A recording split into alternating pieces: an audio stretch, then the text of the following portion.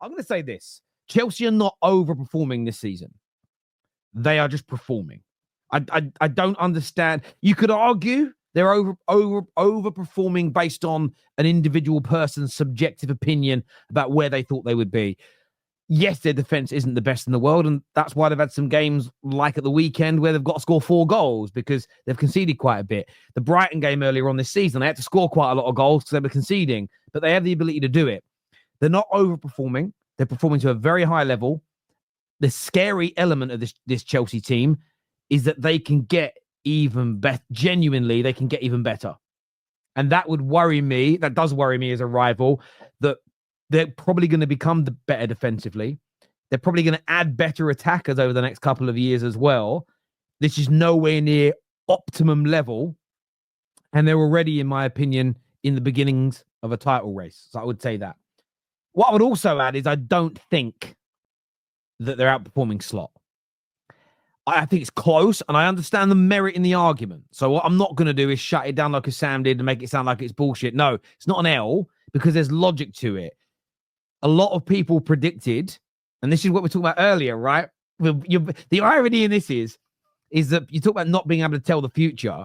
The reason that Mo's point holds water is based on the beginning of the season expectations. Mo, you're saying they're overperforming based on yours. What Mo is talking about is the people that predicted Chelsea to be this mid-table side. So you're looking at it from the mindset, Mo, of, well, I thought Chelsea became maybe 5th. A couple of teams have fallen off that I didn't expect the variables, and they're now in 2nd, so therefore they're overperforming. What Mo is talking about is people that expected Chelsea to be as bad as the last couple of years, if not worse. Jamie Carragher screaming at players, do not sign. The fact that based on that prediction and seeing them 2nd in the league, him outperforming every manager in the Premier League, you can make an argument for it being true. So I understand where it is he's coming from. And I just think, Hussam, you weren't quite listening to him because you got all ruffled up. No, I'm listening to his argument. His argument is, if Team X and Team Y dropped off, who would you think would be above them? But that's not just the logic of this whole conversation. Thing is with this, the reason why I said Slot, I brought in variables as well that can't be measured on a league table.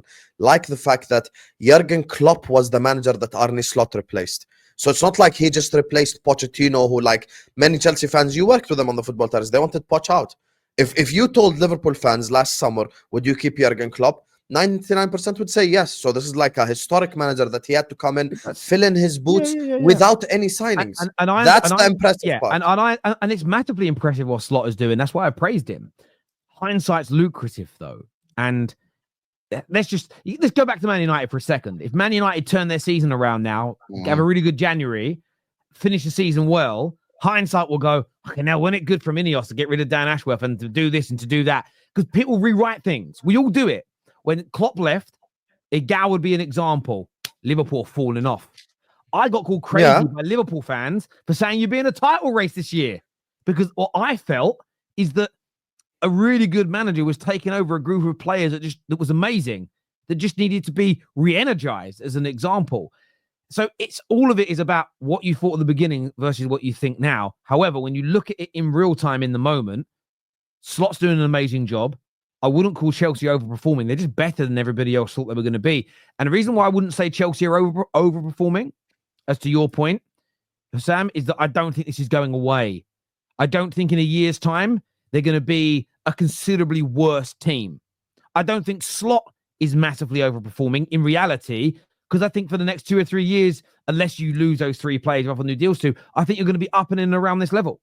So therefore, they're both overperforming based on everybody's predictions, but on the reality of the situation, they are where they are. This is real. This isn't punching above your weight for a few months. Like, you know what Forest did at the beginning of the season? That's overperforming because you know they ain't finishing there.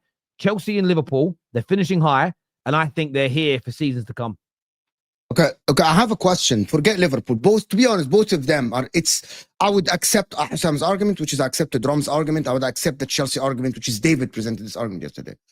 But I think the main question is not Liverpool or Chelsea at the current moment as well. Is that if you're looking at the season today, it's December 11th, and you're looking at Chelsea ownership, which is we criticized a lot. and Chelsea are 2 points ahead of Arsenal. And looking at the next 5 games, which is until January transfer window opens, January 4th or 5th, which team would you pick to finish behind Liverpool if Liverpool win the league? Is it Arsenal, who are supposed to be where Liverpool are? Or is it Chelsea that were supposed to only get top 4, win the Conference League and do this? I think this is a very important conversation to have with the Arsenal people and the Chelsea people. The reason why, because all the last summer or two, we've had one topic only. Phase 1, phase 2, phase 3 versus Chelsea fans and saying, it depends. I don't do phases. But Mo, I don't want to do phases. Mo, I get your question, but it depends upon the Chelsea fan. There's a clip from the Terrace that went viral in the summer. And I was the only one on the panel that didn't laugh. I didn't think it would happen.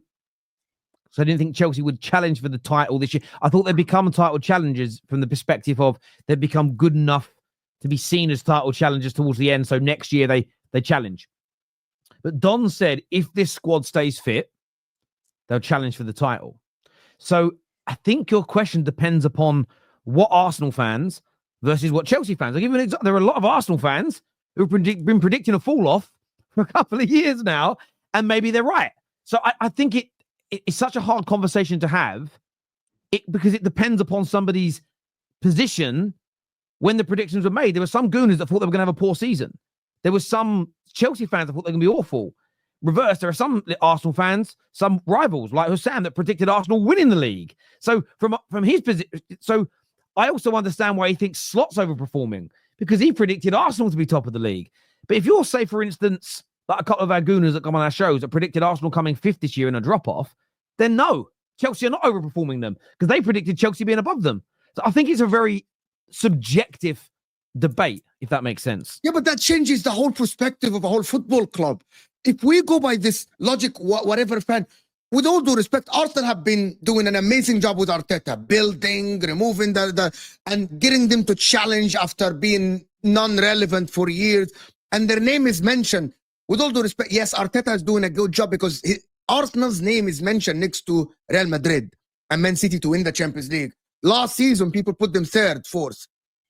But if that's the case, why don't every club just do the Chelsea thing? Buy, and then get good players, scout the manager well, and go challenge right away.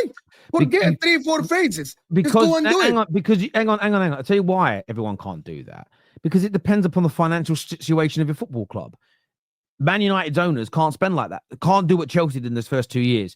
Chelsea was so far away. They brought themselves close to it by spending so much. Man United are on the edge of PSR issues now because of previous misspending. Chelsea were in a position due to the way Roman run things and had no debt against the football club where they could spend more in the short term. You can't. This is the thing about the models that your club takes. It depends on your income versus your outgoings, depends upon your debts, depends upon your transfer debts. You can't just all do what Chelsea did. And Chelsea took a risk with it. And Chelsea's risk is now paying off. The risk what? The challenge that was always fair was if the money they've spent doesn't work out and they can't sell players for a profit and they don't get back to challenging, then they'd be in some kind of trouble because you could never spend like that again, still owing all that money. But with them challenging now, getting back into the Champions League, they're in a position to dictate the prices of players that are being sold to a point as well when they're doing well. Suddenly, have you noticed that no one's talking about Chelsea? About, well, are they going to get rid of some of their kind of fringe players now with 8-year contracts? I'll tell you why. Because they're part of a team. They're integral to a squad for a team that's challenging for the Premier League, challenging for a Champions League spot. Boom. You pay them the wages they deserve. Success changes the concept of everything. But to your point, not everybody can just spend how Chelsea did. It's almost impossible. There's probably only 2 or 3 teams in the Premier League who have the lack of debt coupled with the income to spend like that, personally. Yes, but I want to say one thing. Look, we can't care about people's opinions. Like, we can't base it on people's opinions. Like earlier on when Terry was asking, who do you think won the debate? There's a guy who I unmodded on my channel, got unmodded on a different channel as well because he's a hypocritical liar, who's like, Mo. I don't care about his opinion because I know he has something against me.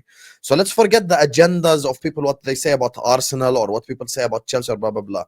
Objectively, with what Mo's saying about Arsenal, I think this one has been moved on from a subjective debate to an objective debate. The reason why with Arsenal is an objective debate, there is no one laughing at you if you said Arsenal are gonna win the league. It's not like a ha ha ha ha. That's such a shit opinion because Arsenal finished second 2 times in a row. Arsenal challenged 2 times in a row. All three of us Arsenal- predicted Arsenal to win the league, by the way, But Hussein. You know Arsenal that, right? challenged 2 years in a row. So Arsenal put themselves in a position where you minimum spoke of them as title challengers.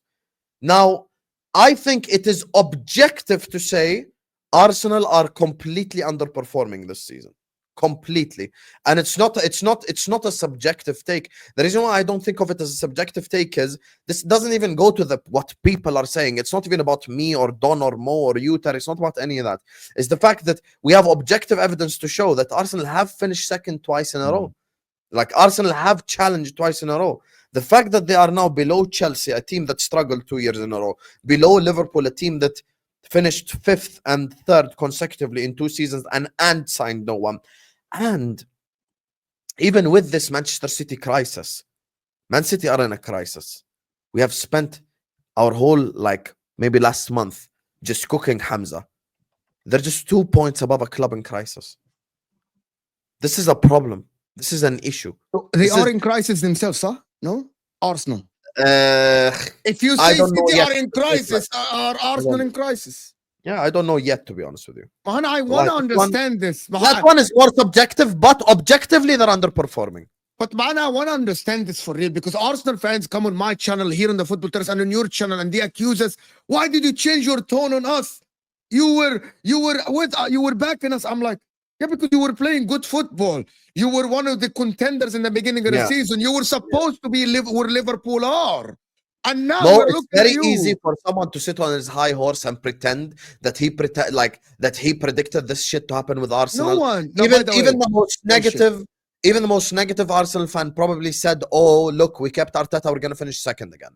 No one expected yeah, this this shit. is bullshit. No one expected Arteta or all the consequences or all the circumstances that happened to Arsenal to be freaking sitting here. If Liverpool win their game, they're 9 points.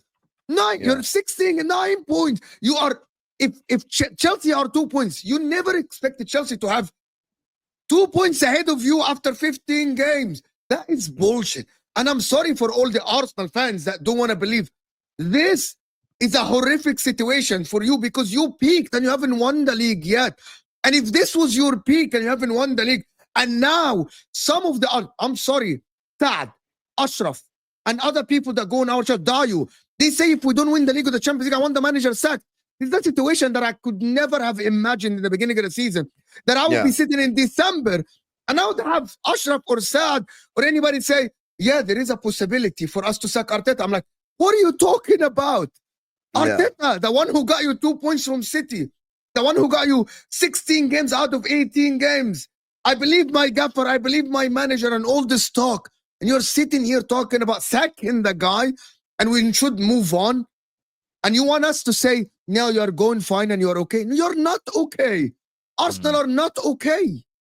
They're not good. I don't even, listen, Terry, Arsenal to smash Monaco today, right? That's your title in the video, right?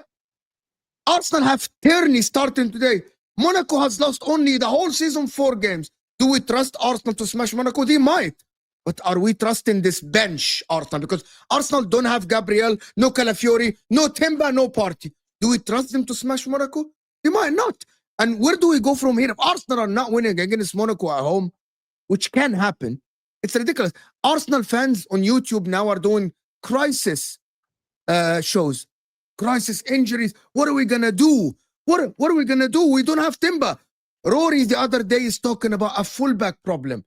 Fullback problem? Is that what you have now? You're not creating because of a fullback problem? And Martin in the chat. Martin, you are on my show after half an hour and 35 minutes. You say it's time to panic. I know you're an older fan and you don't like to panic, right? When is it? I want to ask Arsenal fans, when is it time to panic then? When Liverpool win the league and Chelsea comes second and now, okay, when is it time? I want an objective Arsenal fan to answer me. When is it time to panic? Can I actually answer you even without